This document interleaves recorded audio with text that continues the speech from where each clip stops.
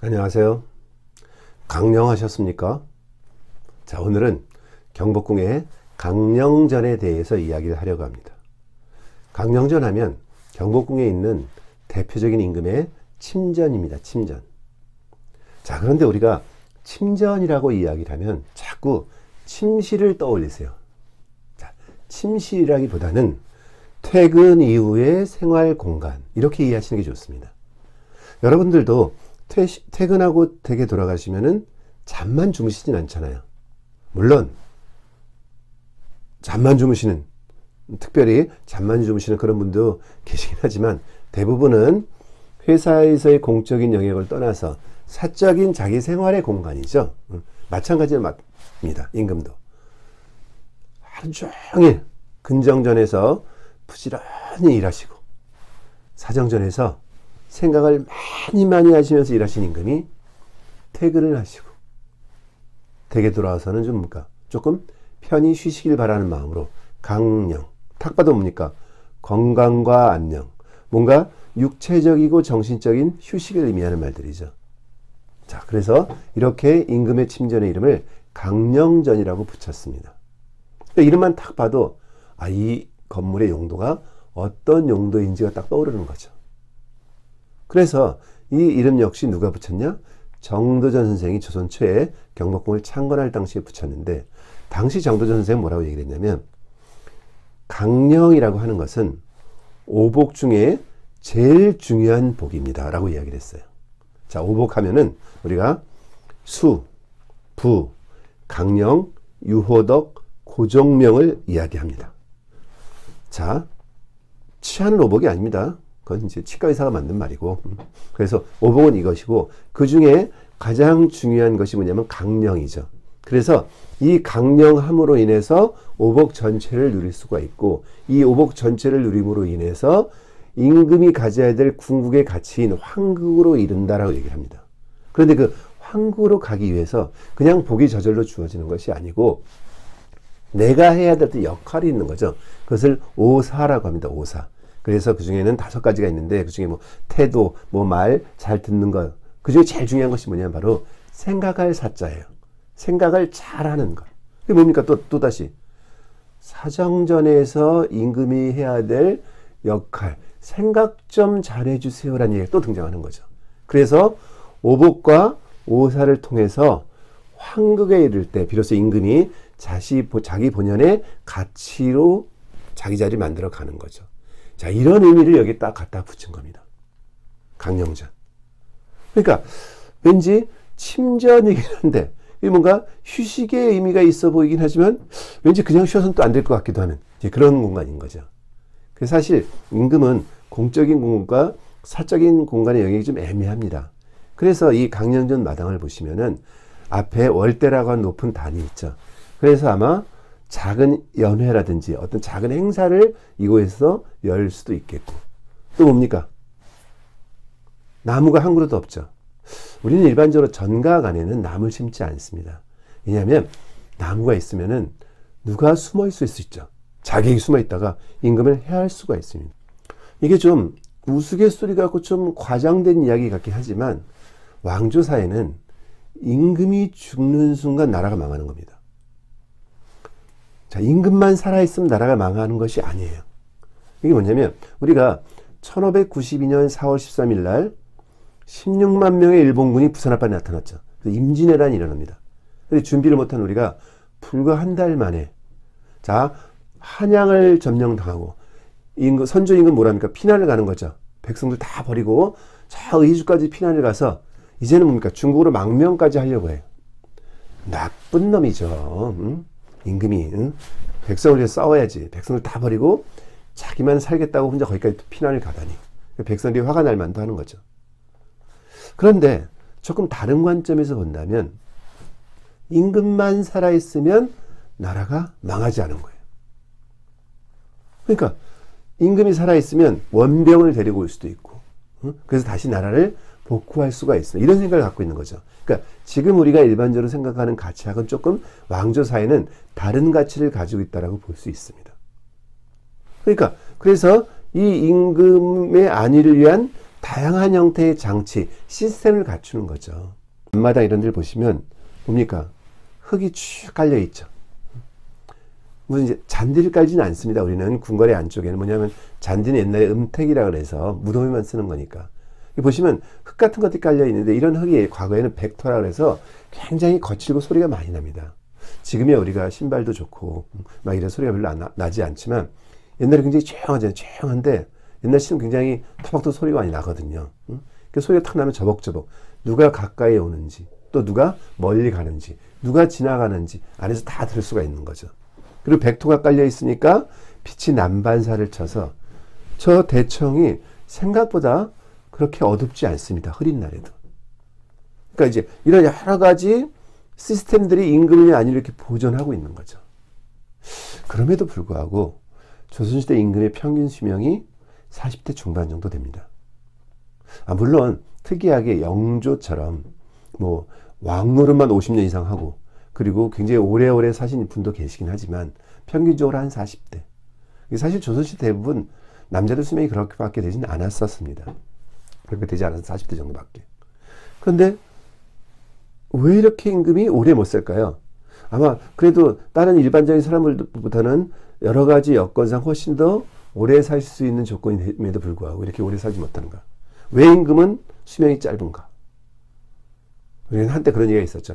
운동을 안 하고 여자를 많이 거느리고 또 음식을 밝히고 물론 이런 것도 부차적인 요인은 될 겁니다. 뭐 중심적인 요인은 아닌 것 같습니다. 왜냐하면 중심적인 요인은 세상을 다스린다는 것은 굉장히 신경이 많이 쓰이고 스트레스가 쌓이는 일입니다. 이 스트레스가 아마도 임금의 수명을 굉장히 단축시켰을 거라고 생각하는 거죠. 왜 요새도 스트레스가 만병의 근원이라고 얘기하지 않습니까?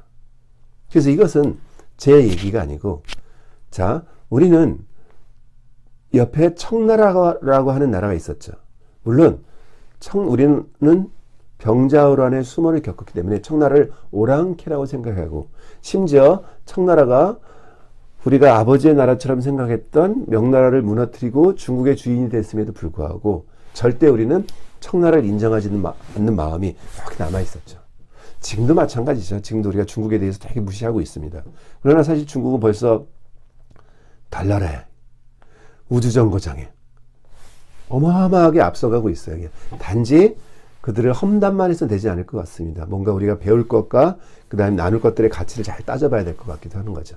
어쨌든 그 청나라는 우리는 오랑캐 나라라고 청나라를 무시했지만 청나라는 사실은 강희제, 옹정제, 걸륭제라고 하는 세 명의 황제를 거치면서 130년 동안 팍스 차이나 최고의 중국의 시대를 만들어냅니다. 지금 중국의 크기는 그때 다 만들어진 것이죠. 이 시대를 이끌었던 팍스 차이나를 이끌었던 강희제라고 하는 황제는 뭐라고 얘기했냐면 야 내가 이 황제의 노릇을 하느라고 하고 있는데 내가 잠깐만 한눈을 펴면 나라에 문제가 생기더라. 그리고 내가 조금만 게으름을 피면 또 나라에 우환이 생기더라. 난 평생 동안 조금도 게으름도 피지 못하고 살아왔다. 야, 이 세상을 다스린다는 게 이렇게 엄청나게 스트레스가 쌓이는 일이다. 그래 너희 신하들은 뭐냐? 툭 하면 찾아와서 저 폐하 저 이제 나이가 들었으니 고향 가서 쉬겠습니다. 이렇게 얘기를 하는데 난 언제 쉬냐? 임금은 언제 쉽니까? 죽어야 쉬는 거죠. 죽도록 일만 하다가 죽어야 쉬는 존재가 바로 이 불쌍한 존재가 임금인 거죠. 그래서 이 임금이 좀 편히 쉬시는 마음으로 우리 뭐라고 붙였어요? 강령이라고 붙였던 거죠. 그러나 그 말에 그치지 않았어요. 정도전생은 그렇게까지 얘기를 하면서 뭐라고 했냐면 그런데 임금님 제 얘기를 잘 들어주세요. 혼자 있을수록 더 잘해야 됩니다. 혼자 있다고 자세를 막 흐트러뜨리고 딴 생각을 갖고 이런 것들이 아니라 혼자 있을수록 더 자기 자신을 가다듬고 단련시키고 공부하셔야 됩니다. 이렇게 가르치는 거예요. 무섭죠. 그래서 뭐라고 얘기하냐면 남이 보지 않는 곳에서도 부끄러움이 없도록 행동을 하는 것. 이것이 임금이 강령전에서 해야 될 모습이고, 이 과정을 통해서 오복을 만들어내고, 그리고 나서 임금의 도리인 황극의 위로 갈 것입니다라고 얘기를 하는 거죠.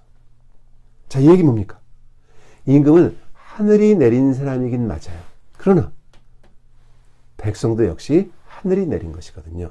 그러니까 이 임금을 철저히 훈련시키고 다듬어서 이 임금을 최고의 군자로 만들어내야지만 그 임금이 백성을 위해 열심히 일을 한다는 뜻을 가지고 있습니다. 무섭죠? 야, 어떻게 한 나라의 최고의 임금을 이렇게까지 이야기할 수가 있을까요? 그래서 임금은 태어나는 것이 아니고 만들어진다라고 하는 거죠. 저절로 주어지는 것이 아니라 트레이닝, 교육과 훈련을 통해서, 끊임없는 이 과정을 통해서 신하들의 끊임없는 견제와 조정, 이 과정을 통해서 임금이 훌륭한 임금으로 만들어진다는 뜻이고, 그 훌륭한 임금이 비로소 백성을 위해 큰 봉사를 한다는 뜻을 가지고 있습니다. 이것이 강령전이 가지고 있는 가장 중요한 의미죠. 그래서 이 강령전에서 임금이 자기 자신을 수양해야 될 큰 틀을 만들고 고민하게 하는 겁니다.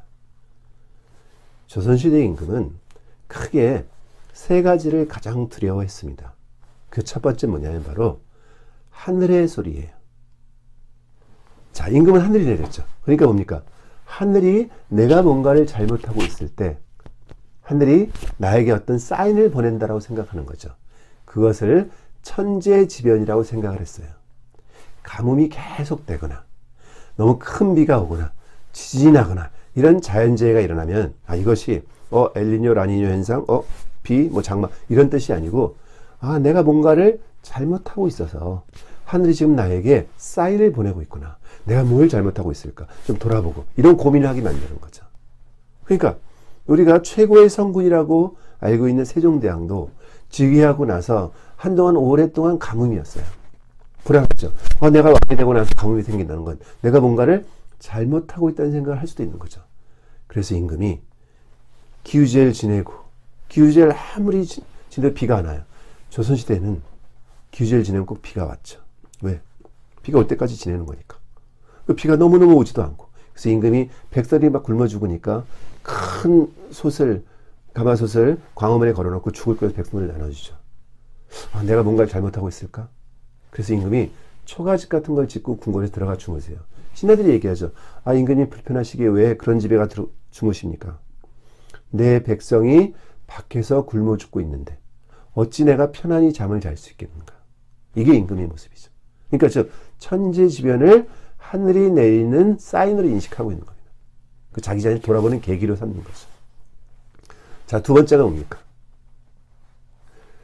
우리가 근정전이나 사정전에 보시면은 안에 조그만 책상들이 있고 들어와 있는 사람들이 있어요. 그게 뭐냐면 바로 역사의 기록자 사관들이죠. 사관들. 두 사람의 사관이 쫓아다닙니다. 한 사람은 임금의 모든 행동을 다 적어요. 허리가 조금 아픈가? 왜? 구부정하시고 자세가 굉장히 좋지 않으시다. 다리를 뭐 쩔룩 이신다. 왜? 어디가 안 좋으면은 그 반응이 나타나는 거죠. 자, 임금의 신체적 안위는 나라 전체의 안위예요. 그러니까 이것을 다 체크할 수밖에 없습니다. 행동을 다 적고, 또 한 사람은 임금의 모든 이야기를 다 적는 거죠. 단 한 자도 빼지 않고. 너무 많이 적어요. 오늘 얘기하죠. 야, 그만 좀 적어라. 그만 좀 적어라 하셨나이다 하고 적는 거죠. 굉장히 무섭습니다. 여러분 생각해 보세요. 누가 자기를 쫓아다니면서 다 적고 있다고 생각해 보세요. 아침에 길 가다가 출근하다가 침 2번 뱉고 무단횡단하고 다 적고 있다 생각해 보세요. 굉장히 끔찍한 일이죠. 우리도 요새 왜 하루 종일 내가 CCTV에 몇 번 걸리냐 이런 생각 좀 하기도 하고, 또 뭡니까? 최근에 코로나 때문에 나의 모든 내가 어디 가서 뭘 먹었는지, 어느 식당을 갔는지까지 지금 다 체크가 되고 있는 상황이잖아요. 그런데 임금은 뭐라고 날 적었는지를 볼 수가 없습니다. 그게 뭡니까?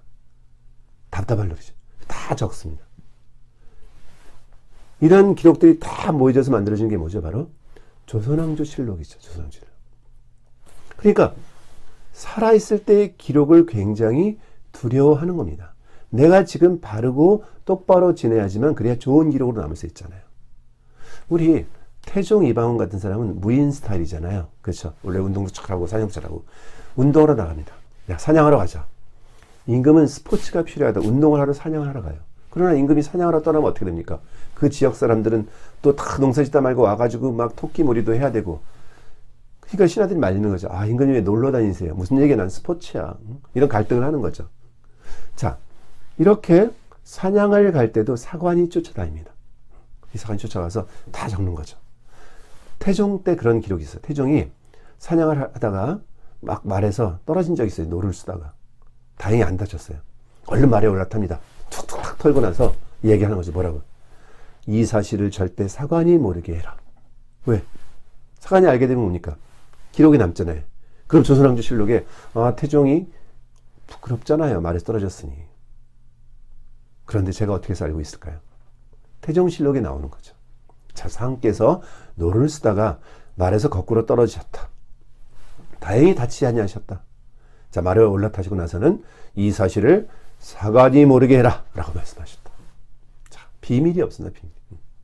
자, 이 살아있을 때의 기록을 대단히 두려워하는 겁니다. 그러니까 바르고 똑바로 살아야지만 좋은 기록으로 남는 거죠. 자, 세 번째 뭡니까?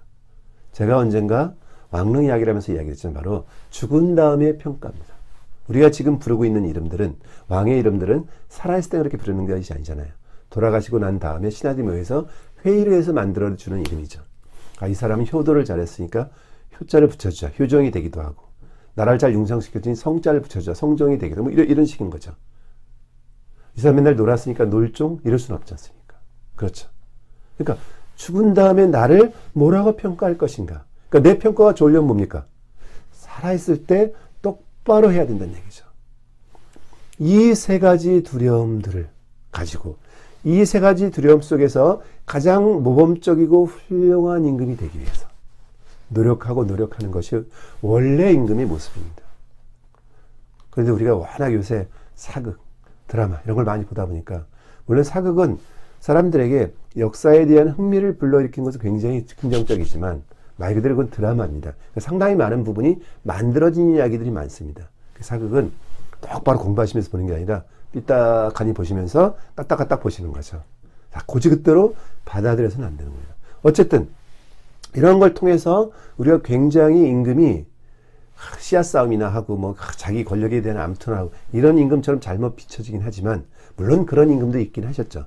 그러나 조선을 이끌어간 대부분의 임금이 갖고 있었던 태도는 뭐냐면 그 누구보다도 백성을 위한 정치, 백성을 위해 노력하고 봉사하겠다는 생각을 갖게 되는 겁니다.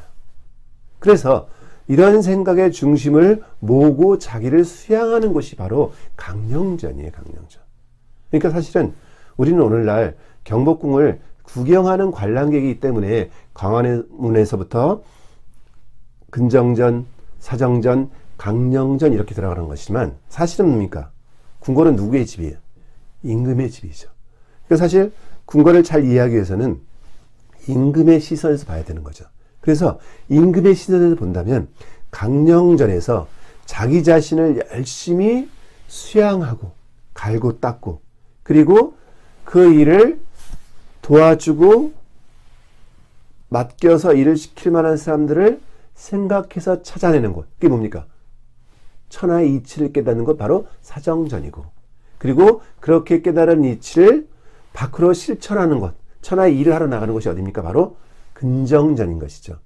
그래서 이런 것들이 임금이 잘 만들어내지면 그런 모든 것이 잘 원활하게 이루어져서 어디로? 광화문 밖을 딱 통해 누구에게? 백성에게 널리 퍼져나가는 겁니다. 그러니까 지금 우리가 보는 것처럼 근정전, 사정전, 강령전으로 오는 것이 아니라 임금의 시선에서 임금이 수양을 닦고 사정전을 통해서 근정전을 통해서 궐 밖으로 이 모든 덕이 내려간다라고 생각하는 것이죠. 자, 조금 다른 관점에서 볼 수 있는 거예요. 그러니까 항상 관람객의 관점에서 보지 마시고 임금의 관점에서 한번 보신다면 야, 조선이라는 나라의 임금이 얼마나 어렵고 힘든 시기를 살아왔는지도 한번 이해가 될 것 같습니다. 우리가 유교에 얘기하는 수신제가 치국평천하라의 개념이 역시 마찬가지죠. 자, 그 중심이 뭐냐면 바로 강령전입니다. 강령전. 그래서 정도전 선생도 경복궁을 다 짓고 나서 건물의 이름을 붙일 때 가장 먼저 이야기한 것이 어디냐면 바로 강령전입니다. 강령전. 자, 강령전. 그냥 임금의 침전이 아니죠. 침실이라기보다는 자, 임금이 정말 임금답게 가기 위한, 임금다운 임금이 되기 위한 가장 근본이 되는 곳, 이렇게 이해하시면 한 차원 업그레이드된, 자, 강령전에 대해서 업그레이드가 된 생각을 가질 수가 있습니다. 자, 다음번에는 자, 왕비의 침전, 자, 왕비의 침전에 대해서 다음번에 이야기하도록 하겠습니다. 자, 감사합니다.